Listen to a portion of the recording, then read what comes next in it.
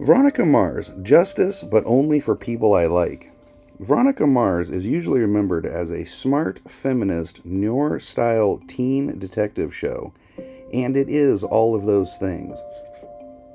It's witty, it's fast, Christian Bell is fantastic, the dialogue snaps. But if you rewatch it as an adult, something quietly uncomfortable starts to emerge. Veronica Mars has a very clear moral code, and that moral code is simple. Rules apply to everyone except Veronica Mars and the people she cares about. And the show doesn't treat that as hypocrisy, it treats it as clarity. Veronica Mars lives in a corrupt town, that's the premise. Neptune is full of wealthy criminals, compromised cops, bot judges, and institutions that don't work. So the show sets her up as the antidote. She's the truth seeker, the outsider, the one person willing to break the rules to expose bigger wrongdoing, which is fine, that's noir. The problem isn't that Veronica breaks the rules, the problem is that the show never asks whether she's breaking the right ones. Veronica Mars holds strangers to the highest possible legal and moral standard and holds her friends and family to something closer to vibes. If you're rich and powerful, every technicality applies. If you're poor and anonymous, you're getting investigated. If you're a friend, we can work something out. If you're Logan, well, that's complicated. And this isn't subtle. Veronica hacks accounts, steals evidence, lies to police, manipulates witnesses, withholds information, obstructs investigations. All things the show condemns when other people do them, but when Veronica does them, its framing changes. Now it's resourceful, it's necessary, now it's the system forced her hand, which is always the justification. That's where the double standard sneaks in. Because Veronica isn't just breaking rules, she's deciding who deserves consequences, and she's rarely wrong because the show won't let her be. That's the trick. In Veronica Mars, moral certainty comes from perspective, not principle. If the camera is on Veronica, she's right, even when she's not especially fair, even when she's not especially careful, even when the collateral damage is obvious. And this is where it starts to resemble something very real. Because Veronica Mars isn't teaching skepticism, it's teaching selective enforcement. The idea that corruption is bad unless you're doing it for the right reasons.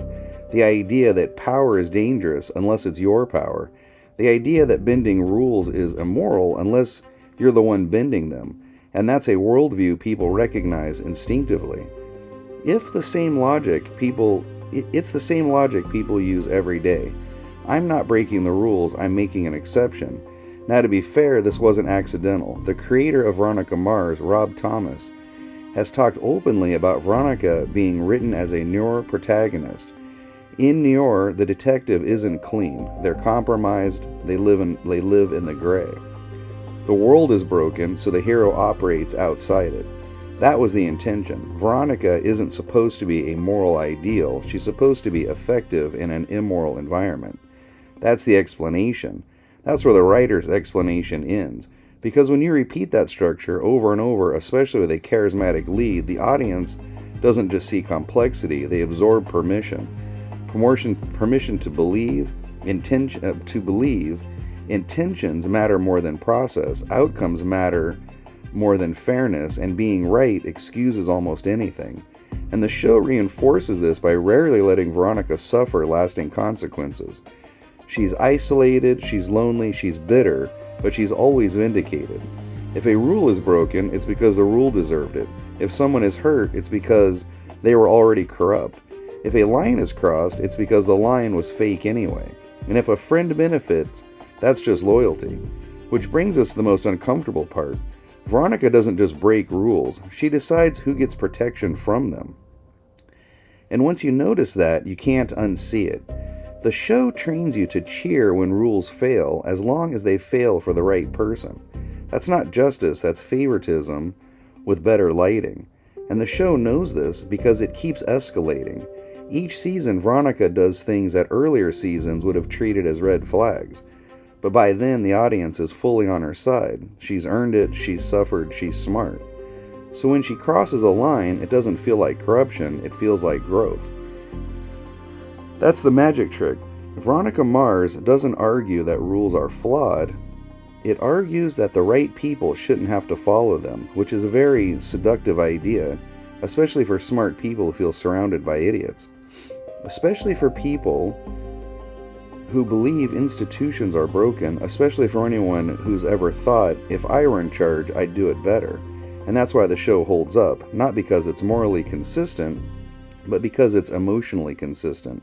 It validates a feeling a lot of people already have, that rules are for everyone else, and and the dangerous part isn't that people enjoy that fantasy, it's that they don't always notice when they've adopted it.